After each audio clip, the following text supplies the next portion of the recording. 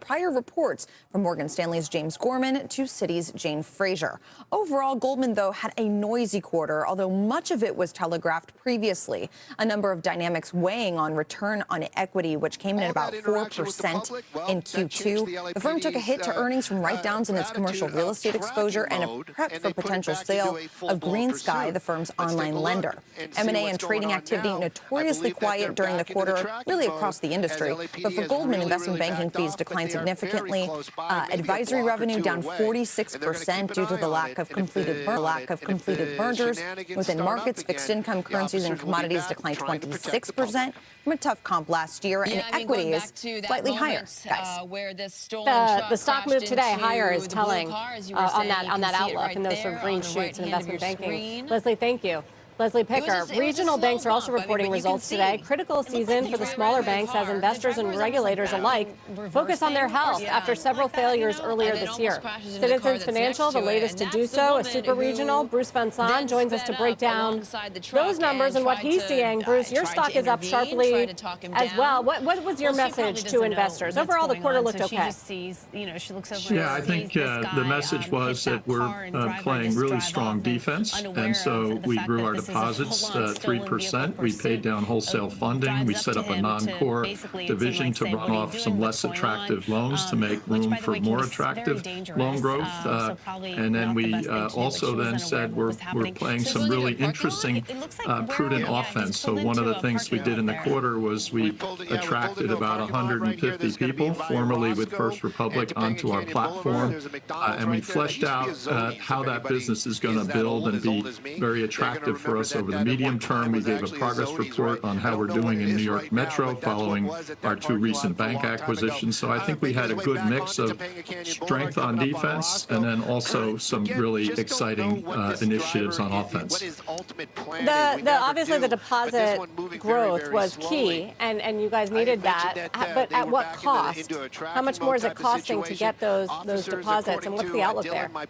Yeah, so we did pay up a bit to get that, but there's a little trade-off in that. So if you pay for deposits better quality long-term funding, and then we ran off some wholesale funding, which is also high cost. So I think we took it in stride. We said the number one objective is to grow the deposits, even if we have to pay up for them.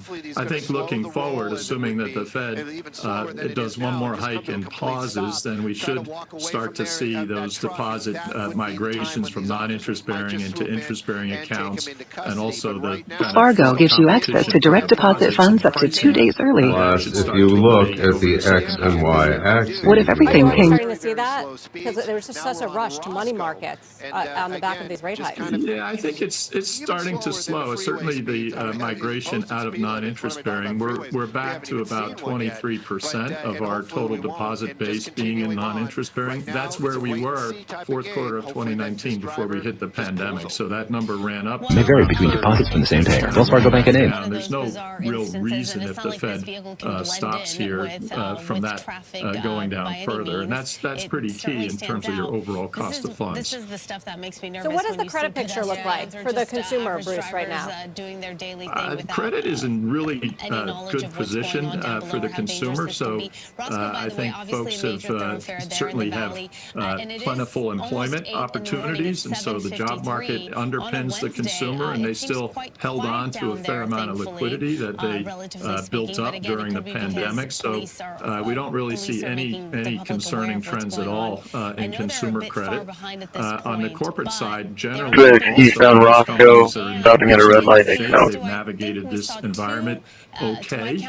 They took steps in the pandemic to lock in lower cost financing, so don't see a lot of trouble spots there. The one that we keep coming back to is in commercial real estate and the general office sector.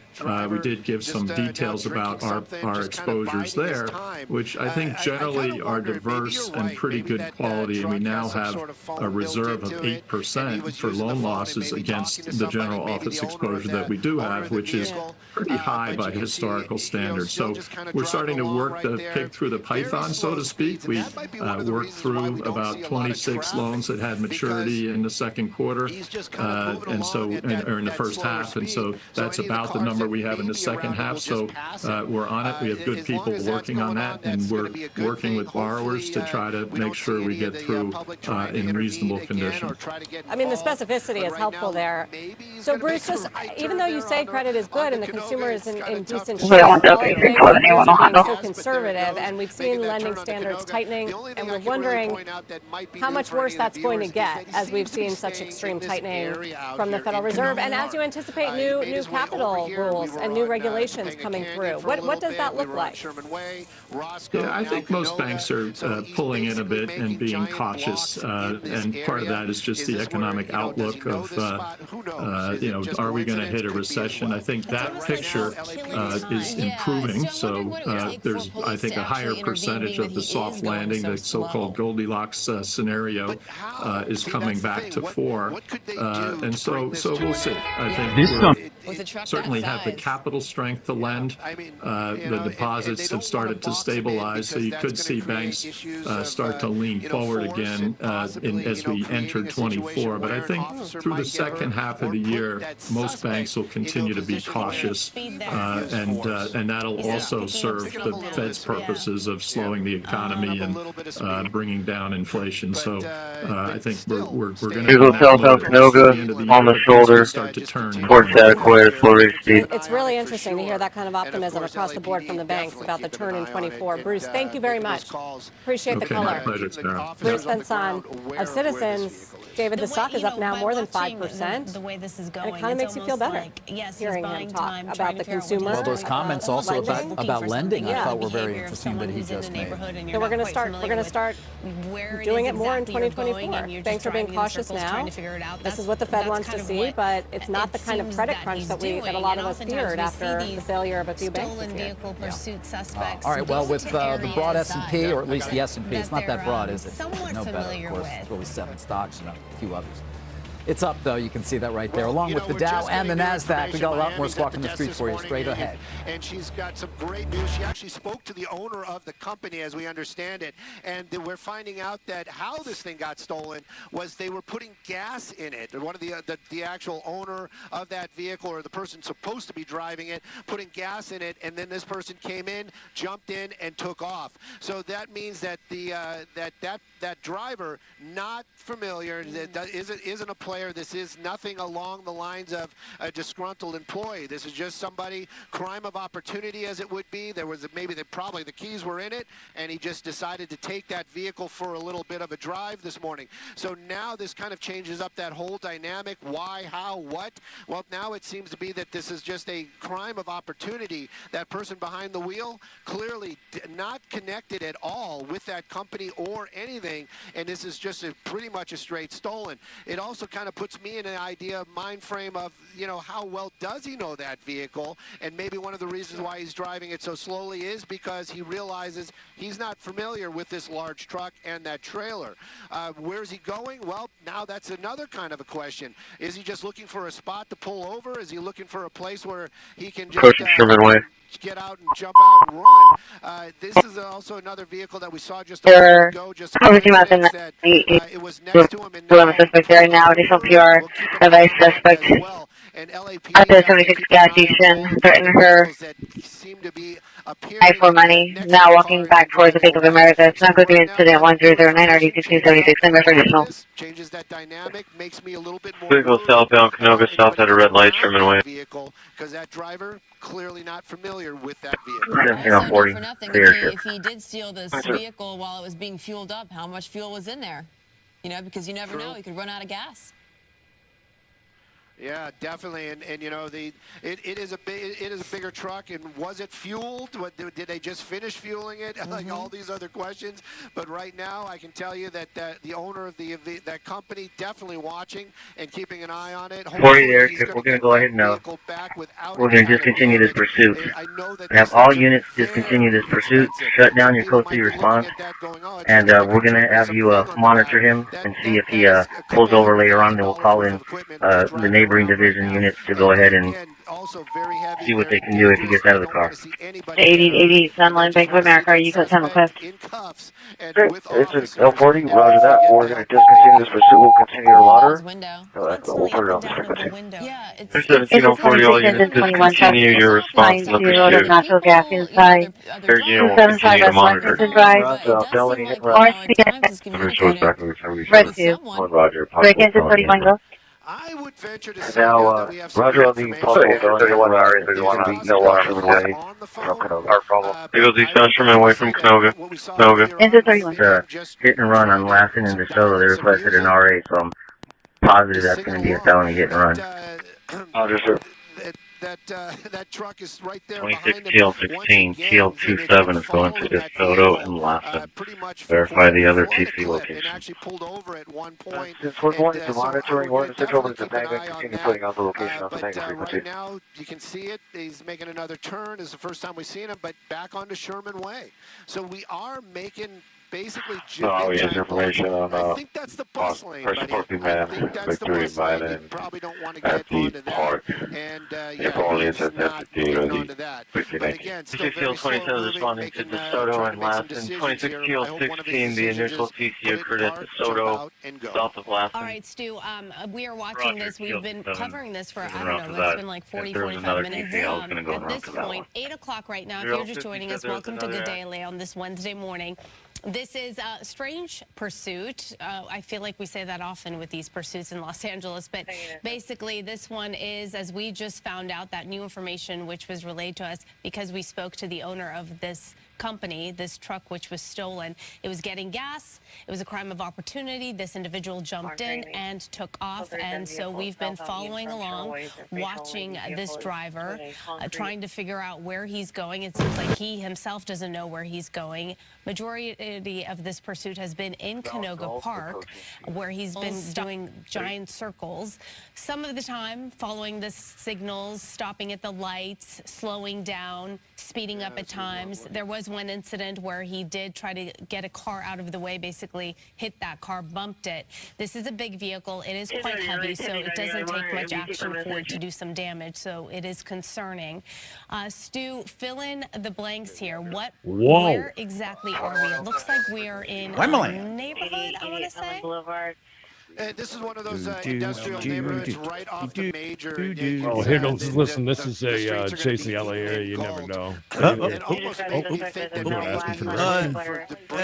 Never mind. We see there's a shitload of cops behind you. That's what I was going to say. I don't know if they pull back far enough, we might see that there is a bunch of I don't know if he's yelling at some of these folks right there or what's going on, but you can see right there, like those guys. They have no idea. Yeah, they have no idea. Yeah, they have no idea what's going on. But stopped once again right there, and you just kind of wonder, what is this guy thinking? We never really know. But right now, at least he's driving very slowly, and I would almost venture to say cautiously, even though earlier on we saw him just smash up that little car earlier on as that one vehicle got in front of him and tried to bring this thing to a stop. Now we're just kind of sitting here in this neighborhood, and then as soon as I say it, he's inching up, and then he stops. But it's one of these spots where he's blocking a lot of other folks. You can see like there's another one. That's probably the third vehicle that has had to go around him this morning. But what's going on? Well, this is a stolen vehicle, and right now they just want to bring this thing to an end. Somebody making a U-turn. All these people seem to know what is going on. Either that or he's asking them for directions. Interesting. It is so interesting how all these folks are like pulling up and walking over to that truck and basically giving them the advice of just park it and get the heck out. I don't read lips, but I can pretty much say that that's what the conversation was. And now moving along again out here, the only plus is industrial area. The not plus is these are a lot of folks probably getting to work, but this is an area where you can see that this is concrete. These are cement mixers right here, clearly, and that vehicle works with concrete. So is it a coincidence? I'm not so sure. And again, more people standing out in the road and, communicating to this guy. So what is going on? This is a tough one, even for me. I'm wondering if that atomic cement, I'm not sure what the name of the company is from where I'm sitting right now, but atomic something. I wonder if that company is actually in this area and he's trying to get back to where it actually is. Definitely, that was one of the you and I thinking the same thing. Yeah. You know, I was looking at the cement mixers to see if maybe one of them was atomic as well, but not. And this is that van that was driving around earlier on. That gentleman clearly talking to him, and again, hopefully, you know, nobody said the right words. You know, I don't know if it's abracadabra or pretty please or what he needs to hear to pull this thing over. But it's got to be something, and he's got to bring this thing to an end, and hopefully nobody gets hurt. The slow moving, that's the only big plus that I can say right now. LAPD, again, they're just not here right now, and hopefully when this thing comes to an end, we'll start seeing some law enforcement. But again, they chose to back off. Okay, so Stu, right now, you know, if you're just joining us, you're watching this and thinking, okay, the guy seems to be driving cautiously. This is video from earlier, which is not the case, which is kind of when things took a turn. You will see him in a moment push this car. The car is kind of reversing as well, trying to get out of the way, but he just basically smashes into him, makes a turnaround because it is a very powerful, strong vehicle. And then just takes off. Look at the damage, though. You didn't think he did that much damage because it didn't seem very aggressive, but it was because that car in the back was completely smashed in. So when that happened, then we thought, okay, well, you know, things are changing quickly. The mood kind of changed. His behavior changed. We're back out live now, and he has slowed down again. He is stopping at the stop sign, maybe doing a California roll. No, he stopped. Trying to follow the directions. It just seems as though he's looking. Yeah, it seems like he's lost for sure. Maybe he's looking to find that atomic cement, atomic concrete company, and maybe return the car. Who knows? But yeah, it doesn't seem like he has much of a direction at the moment. Definitely not much of a direction, but it seems like he's got a lot of friends. There's a lot of folks that know what's going on down there. That cannot be random. Well, that's the thing, Stu. It's like, you know, when you don't see officers nearby, there's no sense of emergency, or maybe even people don't know that this vehicle's being pursued. So they're trying to help him out. He could be asking for directions. We don't know what he's trying to say to people. Yeah, we don't, but it was just kind of maybe more than a coincidence that he was in an area that involves concrete, and a lot of those folks were out walking around even before that truck made its way all the way over there. So if, you know, again, if people are watching us right now on the app and might be thinking, oh, you know what, I'm going to bring this thing, don't. Just don't. No. Stay away from this area. Do not try to approach this vehicle. That's the best piece of advice, because believe me, law enforcement, you might be wearing some silver bracelets just for a moment or two as well. They don't want to see any kind of interaction like that, and more than that, I don't want to see anybody get hurt. Again, that driver apparently not familiar with that vehicle, and we did see that the damage that it can do to another vehicle. So right now, just kind of blending into traffic. We're still in the valley. We're still in the Canoga Park area, but again, very slow moving this morning. LAPD, they got their helicopter above it. They've got guys on the ground. Is it a pursuit? 44 years. We're in a blue shirt, blue collar, 2201101. So we saw the 2 attempted spike strips, which were unsuccessful. I wonder why they pulled back on that. It seems like there are some opportunities where he is going relatively slow and possibly try a third spike strip there, and so far they haven't done that. It's been quite a while. You know, that's a tough one. My guess would be that, it's officer safety, because there's no way that they can hide. You know, usually they toss those things out there. They do one of those, you know, like they don't. If the driver sees it coming, he's gonna swerve to avoid it. And also, the officers also have to be thinking to themselves, well, he might swerve to avoid it, but he also might swerve into an officer. And they don't want to have that issue as well. So that's the reason why right now they're kind of like holding back on the spike strips. If they had that opportunity where they could do like, it really truly is a sneak attack, where they can just kind of toss it out where the driver doesn't know it's going to happen, then they might. But how do you set something like that up when it's so random and this vehicle's just moving along? So right now, it's basically wait and watch. If the attitude changes, if that driver starts becoming more aggressive, if we see some more damage, or other folks trying to aggressively get involved, I'm sure LAPD will there's two vehicles bring that pursuit back, excuse me, and then we'll see some changes. But right now, very much watch and wait as that driver meanders through the valley, and now we're in the Woodland Hills area. Yeah, we've seen driving behavior like this before where people are, for lack of a better word, obeying the rules of the road, even if it is a stolen vehicle, and it kind of seems like they back off until something more dangerous happens, like what we saw before where he crashed into a bystander. W42, Roger, on RC toes. Yeah. 3821 Burnett. First vehicle to 2017 Nissan Maxima 8 out of William North 001. Second vehicle to 2020 Kia 8 Victor. William Hall 275. And it's going to be on DeSoto, and that's that bus lane again. If he gets in that bus lane, that's a good and a bad. I mean, the good would be there's no other vehicles there. The bad would be that it is a bus lane, and you just don't want to see any. Again, you just don't want to see this driver collide with a bus now. So basically, just kind of sitting there in traffic, he is kind of blending in. But we saw earlier on when somebody tried to stop him that he was not having any of that. So LAPD, the helicopter definitely still there. They're definitely making those calls.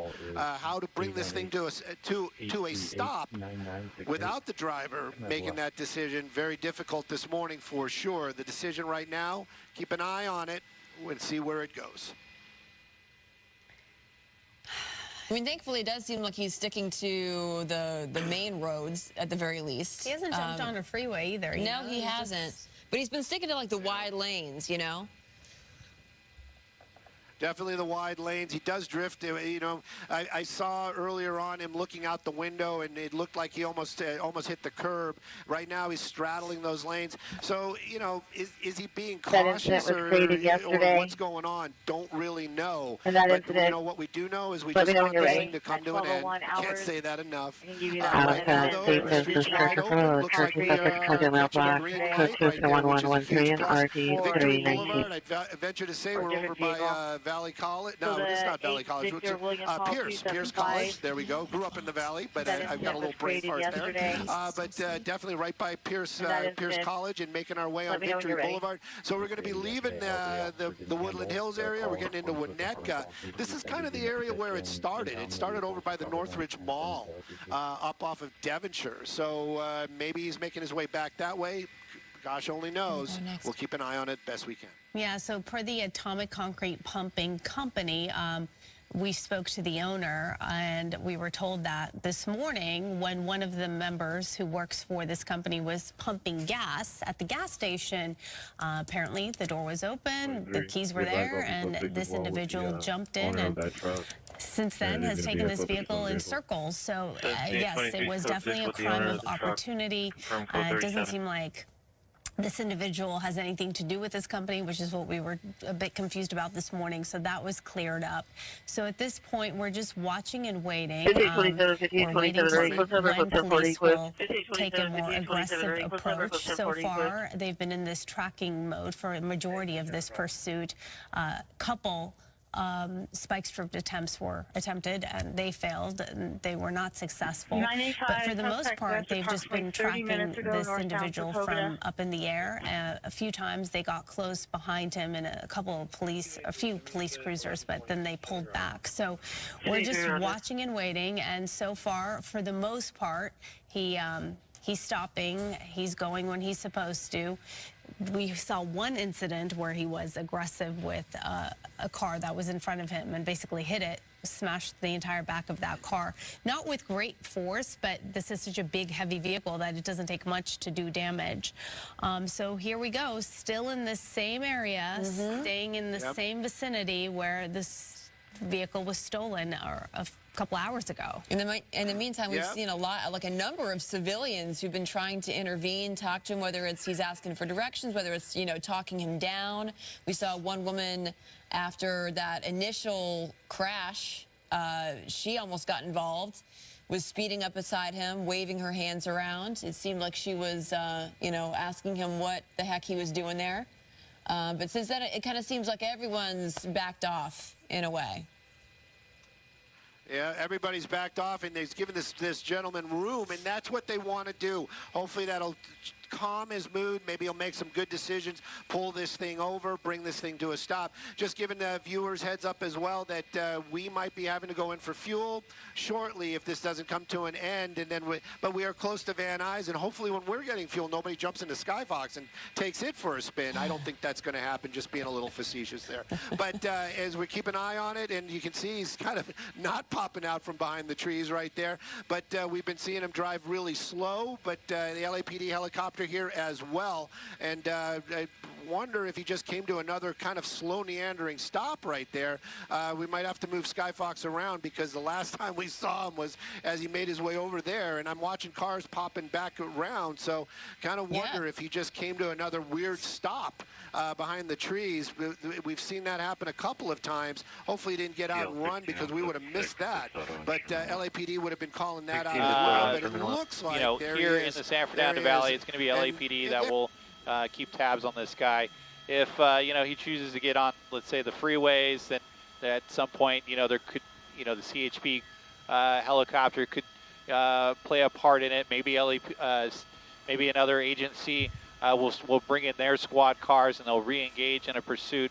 But for the most part, when it's surveillance mode, yes, they can track him for as long as needed. And if they need to leave for fuel, then they could just bring in another helicopter and just keep tabs on this guy. But I would say 9 out of 10 times, these people generally will put themselves in a position where they have no choice but to surrender, or they run out of fuel before the helicopter is willing to, decide to. Looks like he's turning into a parking lot there, Rich. Yeah, he is generally definitely pulling into a parking lot here. See a number of people that are outside. We don't know if people are just kind of out taking a look, or if if this guy has any familiarity with. We can take it over. It's unknown whether this guy's feeling any sort of remorse for what he's doing, or if he's just kind of, Again, you're thinking rationally, Rich. We can't do that when it comes to folks who would steal a vehicle like this and just drive around aimlessly, if that's in fact what has happened, according to the police. Let's do hope that it ends here, although it looks like he's got a chance to exit the parking lot once again. And to the question that Jessica raised earlier, and your point, Rich, 9 out of 10 times the tracking continues, the suspect is brought into custody. We have seen instances, though, where the police department has simply, taken the position that, well, this person is not a threat at this point. We have more important crimes to pursue at the moment. And so we've seen suspects get out and walk away, or we've seen suspects put themselves on the ground for a felony stop and wait for the officers to arrive, only to, and they then walk away. And we've witnessed that. So, this is a big city, sadly, and the police are stretched, and they're doing their best.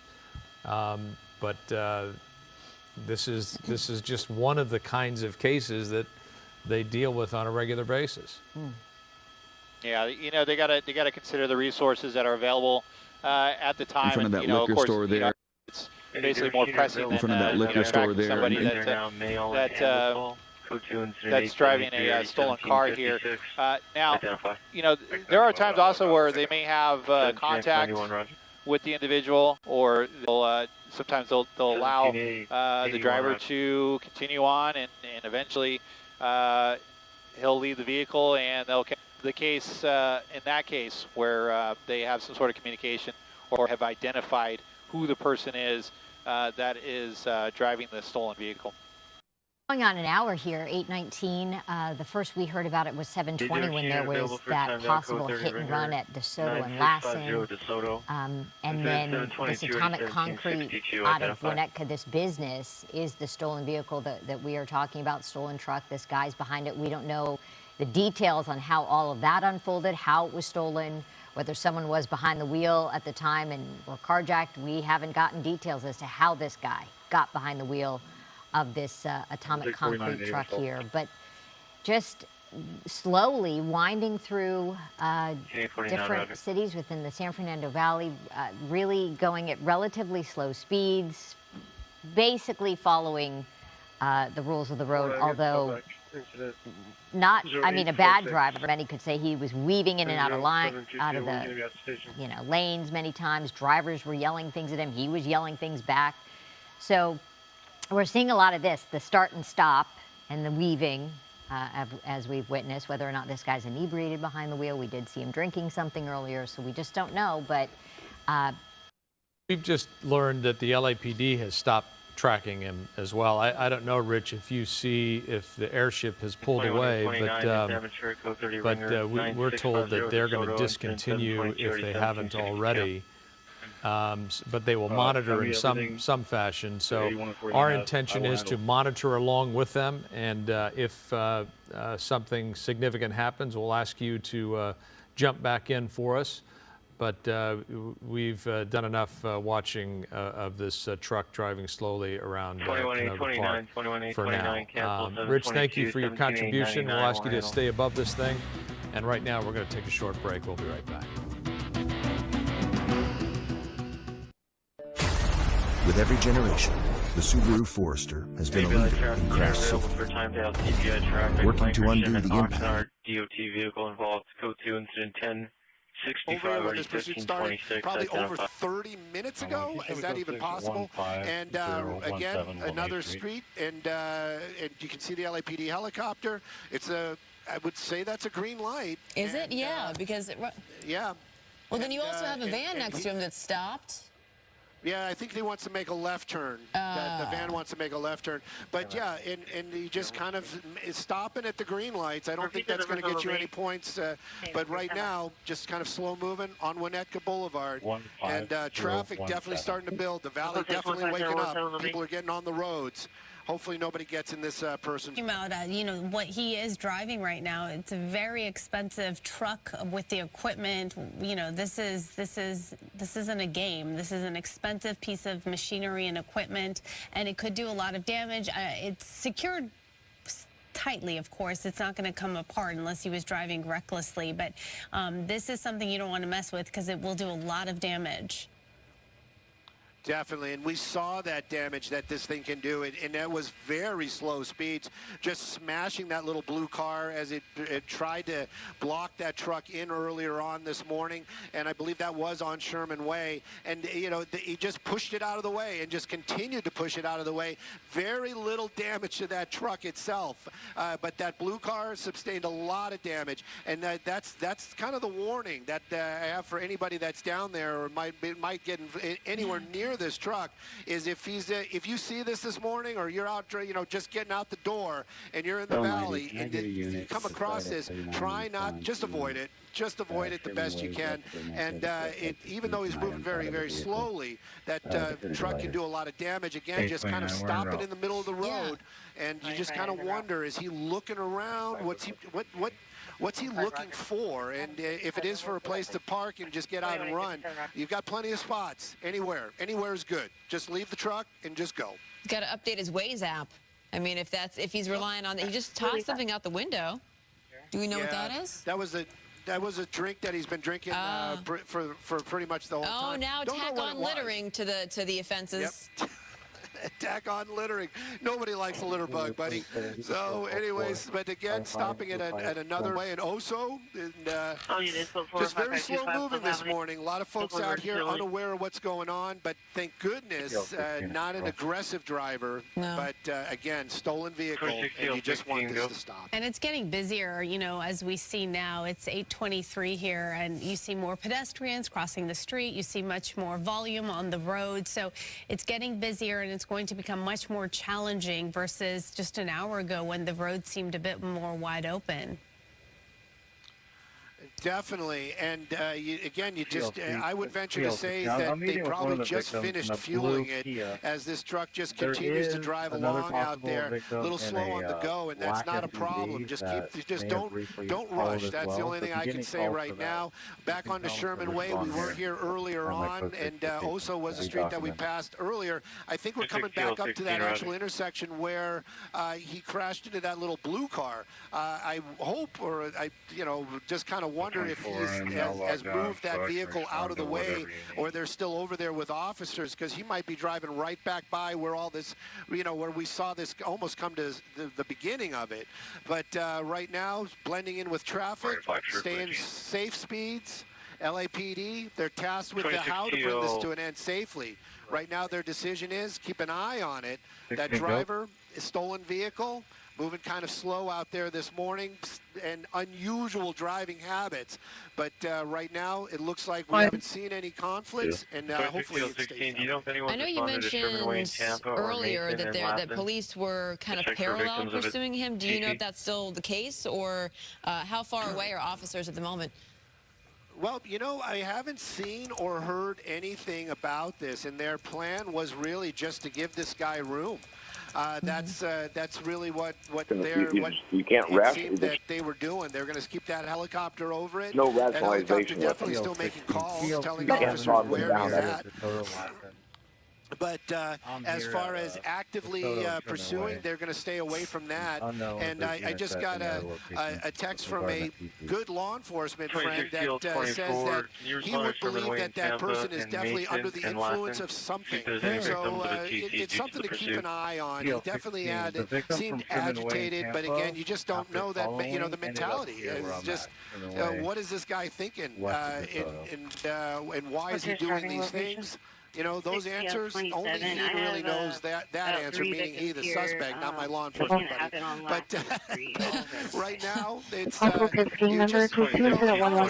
just don't want to see that truck damaged, or that small business, and we don't even know if it's small business, but we just don't want to see that business suffer because of somebody's callous. And I just don't want to see anybody get hurt. And right now, if that person's under the influence, it just makes it even more dangerous, because been driving slowly, but what if his mood changes and then this becomes something entirely different? Sure, and we don't even know where this person's from, if they were just walking around. This is a crime of opportunity, if they live in the area. Clearly, though, being that he stole this vehicle at a gas station while the person was pumping gas, has no connection to this company.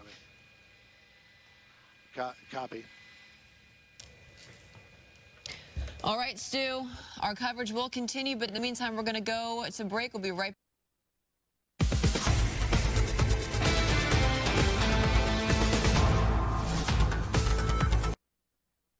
Mission Unit, meet the Fire Department 9700 Women Avenue for agitated subject, male Hispanic, covered in tattoos, white shirt, black shorts. Go to incident 1167 ID 1958. Any of those, Crystal, these things are really alter an individual's perception and their actions. And it's very, very difficult for policemen to attempt to defuse the situation or predict what the suspect is going to respond to. So we're getting a wider view now of where he is, and he really has gone all over the valley. I'm wondering if SkyCal is backing off as well right now. Is this something that maybe police have asked SkyCal to back off? Because we very quickly pulled out of that close shot. Oh, actually, okay.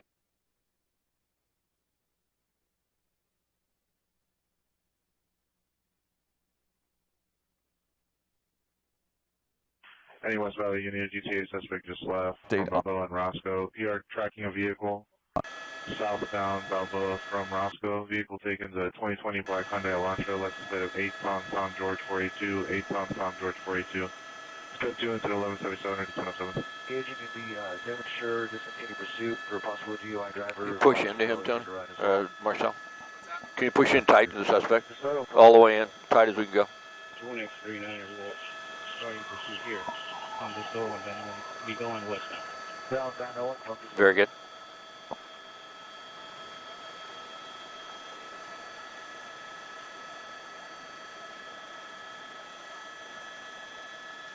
All units now frequency 21X39 is in pursuit of the hit and run felony driver. They're westbound, Van Owen from DeSoto. Request a backup your unit supervisor. So, do you want to authorize a flex shift? L90, Roger. Communications, the driver also is DUI. 31 On DeSoto, headed northbound up towards Victory Boulevard. And, you know, once the suspect gets through, okay, made a turn, because up ahead there was stopped traffic, made a turn now, I believe that's going to be... He has made a decision now to re-engage. It wouldn't surprise me if they've got units up in front. He has made a decision now to re-engage and get right up behind the vehicle. Here's a change. It wouldn't surprise me if they've got units up in front as well, and they're going to try another spike strip.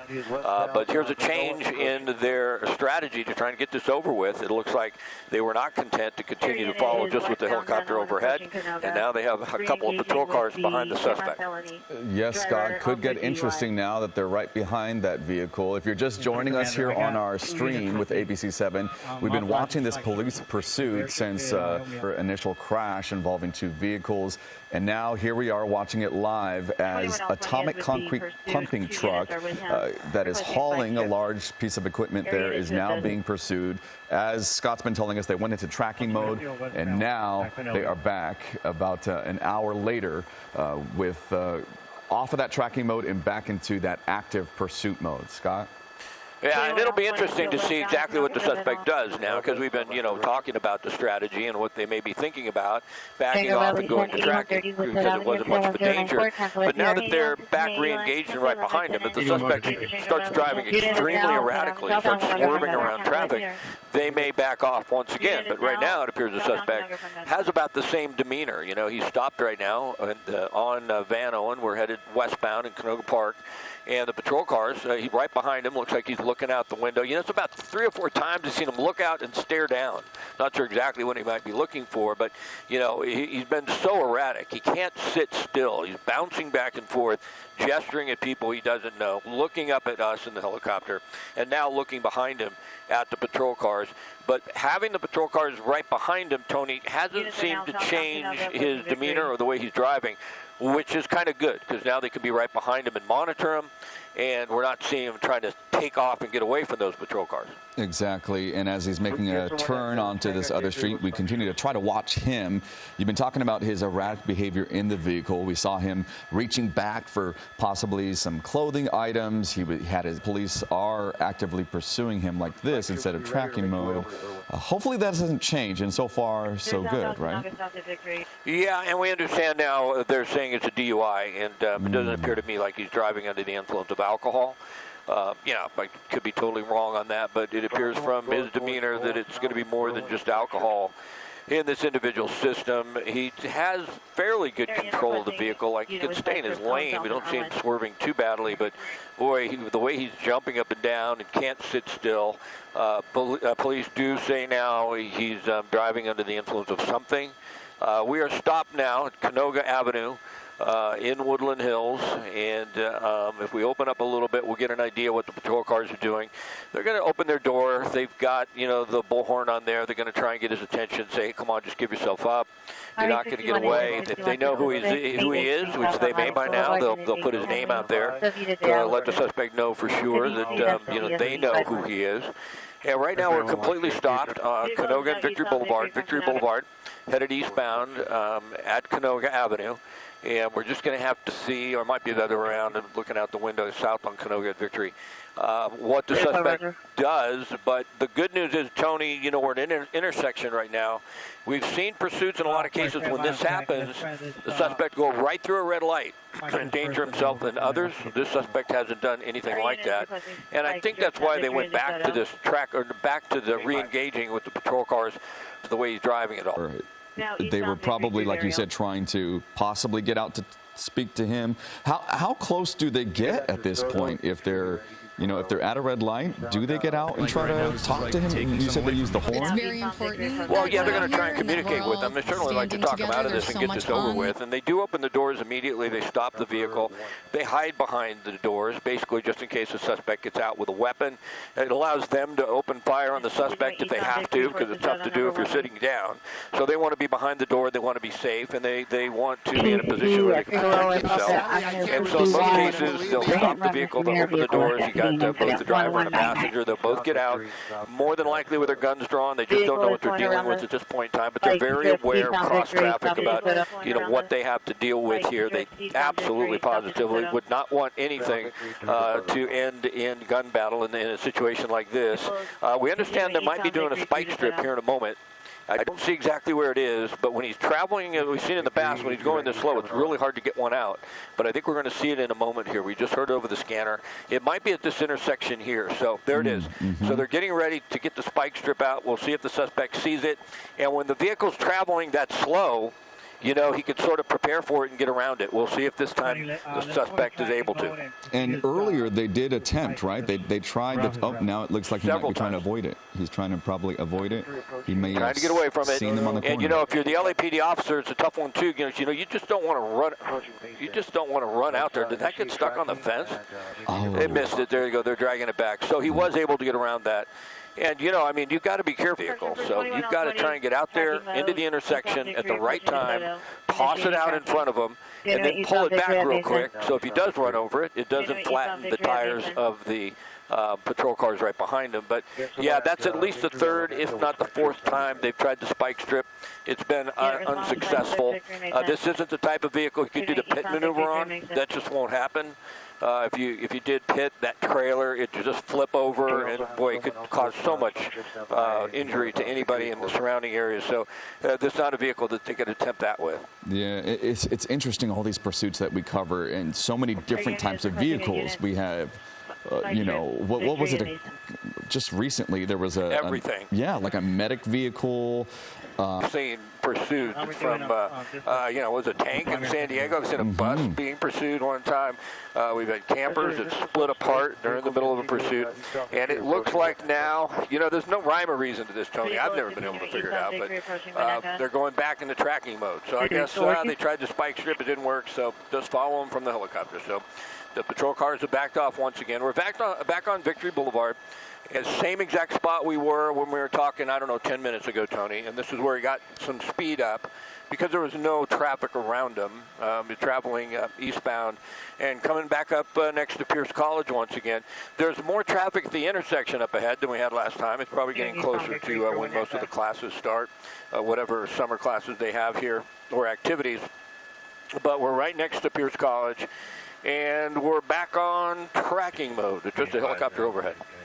Wow, so this is the second time we've gone into tracking mode after 2 attempts to actively follow him directly behind. His speed looks to be going the speed limit. There was one point he did reach close to 60. It seems like that was the fastest that he was going, but his behavior in that vehicle, I guess we're zoomed in now, looks like he's got both hands on the wheel, but earlier he was very erratic in his behavior in there with his sunglasses, with that canned drink, and whatever clothing he was possibly trying to get. But this is a man that we've been seeing in a black long sleeve shirt. Again, we don't know anything about him. Don't know if he's an employee of the Atomic Concrete Pumping Company. But definitely something that's just really interesting, going in and out of the tracking mode, watching from ahead with the helicopter. You got to be wondering what's going through this guy's mind, although you did say that they do believe this is a DUI, some type of influence, right? Yeah, it really appears right from the start. We sort of got an idea that that was the case. Just by the way, he was so agitated, couldn't sit still, always moving around. I mean, you usually only see that type of activity from someone if they're under the influence of something. And now police have confirmed that. There is a little chatter right now about going back into surveillance. Going back into mode right behind him, re-engaging and trying another spike strip. It's on Victory Boulevard, and he's going to stop here. There's some stoplight traffic, It's a little more difficult to do the spike strip in this area where you have long stretches, and I do see they're going to start to re-engage. It looks like they're pulling up again. They're probably about a half mile away, but it looks like they're speeding up. In a situation like Victory through Corbin, variance requesting use with spike strips at Tampa and just west of